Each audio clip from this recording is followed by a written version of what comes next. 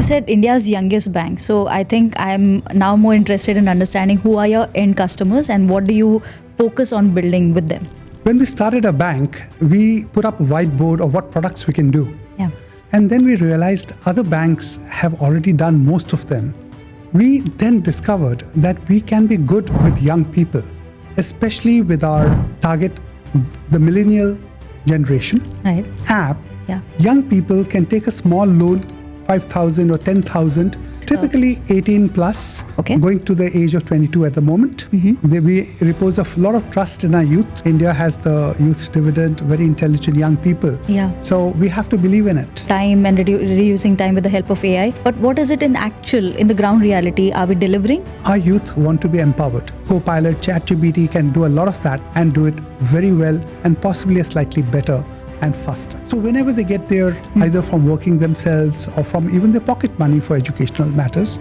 Any interesting innovation that you look forward to with respect to AI? Something that you think is not possible today, but you believe will be possible in the coming years?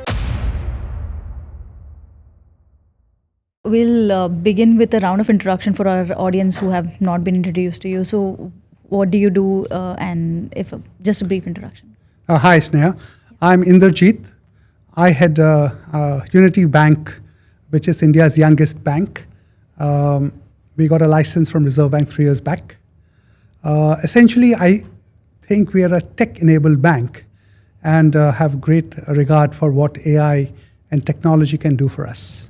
You said India's youngest bank. So I think I'm now more interested in understanding who are your end customers and what do you focus on building with them?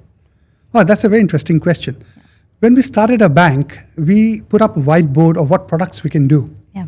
And then we realized other banks have already done most of them and have done them pretty well.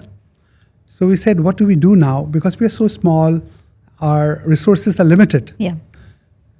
We then discovered that we can be good with young people, especially with our app-enabled products. Okay. So we said, let's target the millennial generation. Right.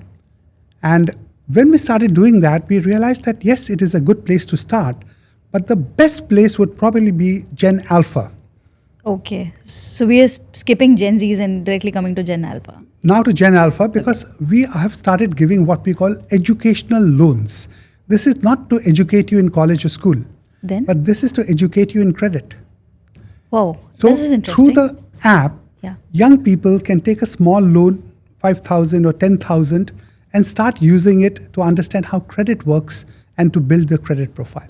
And what age would that be of people who take this? Typically 18 plus, Okay. going to the age of 22 at the moment. But we can do minors with their parents who are also co-lenders. And these loans are collateral free? They're collateral-free.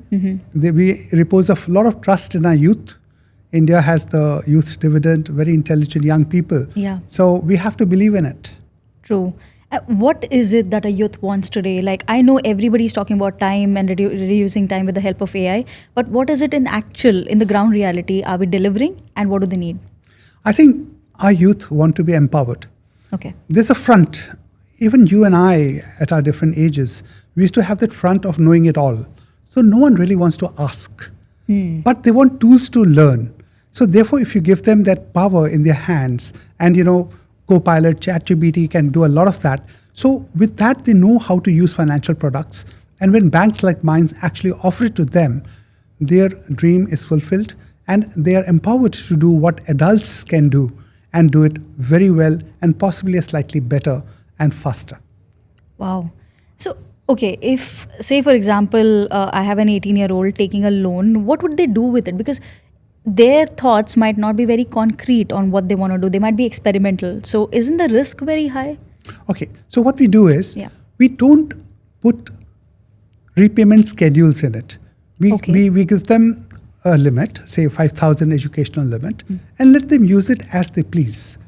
But we tell them that there are milestones in which you have to repay them, say in 90 days or 180 days. So whenever they get their money, either from working themselves or from even their pocket money for educational matters, they repay at will and stand down that money that they've spent. Wow. So it has worked well. At last year, from my personal loans unit, I had a delay of less than 5%, which means 95% paid in time. Wow, that is not heard of to be true. Yeah. I think the youth are very, very disciplined. You have to trust them, and they rise to the occasion. Superb. Pivoting our conversation to tech, what has transformed in the last 1 year, which you think is very significant and very important? And what is it that you look forward to? I think in the last 1 year, the knowledge that AI is here for keeps and is here for good have both come in. 2 years back, AI was dismissed mostly as a tool by which you search data or you crunch data. Yeah. 1 year back, there was a up in the air story that is it threatening our jobs? Is it threatening the way we think? But in the last 1 year, I think people have realized that it is here for good. It will enable us and not dispower us. So essentially, that transition from it being something good for us and good for the country has come into our DNA. Wow. Any interesting innovation that you look forward to with respect to AI? Something that you think is not possible today, but you believe will be possible in the coming years? There's so much. Okay. I just learned that data can be stored in human DNA genomes. Whoa. And that's awesome. And can be extracted as well. Can be used and extracted. Wow. And the billions we have in each one of us can store petabytes of information, which means each one of us is a walking supercomputer. Wow. So the need for all these heavy storage devices is going to go away. I think the time is not far that you and I will not be sitting in person, but we'll have holograms talking to each other. Okay. Yeah, I think that's already becoming a reality in many places and people are testing it out. But how do you see, the physical presence is still very important. The physical touch in a country like India, which is divided as tier 1, tier 2 and tier 3, and there are villages and rural areas. Where does that inclusivity come in with AI according to you? Okay. This is what we have to respect and recognize. Yeah. That human trust factor will always be very important. No amount of machine, no amount of languages, no amount of data can ever replace that. That feel, touch, reassurance, the human thing as we call it, is going to become even more important. But that is only going to be there for the high end of the information or high end of the resolution. Okay. Basic mundane stuff will be done by robots, by data crunching, by machines. But the final decision making will still be humans. And that's where the reassurance and the trust of person to person will stay. Yeah, because machine is logic and objective, but there are no emotions until now. But we might have that emotion someday. You never know. Yeah. And, that would be Arnold Schwarzenegger and the Terminator era. Yes. Yeah, exactly. Nice reference.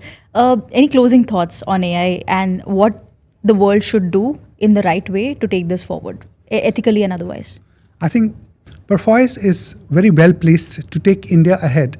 I think India needs to grab this opportunity completely by its hands. We are, I understand from information, in the top 7 countries on AI, but lagging in magnitudes behind the leading ones. India has always been the place for technology. Our people have been the best.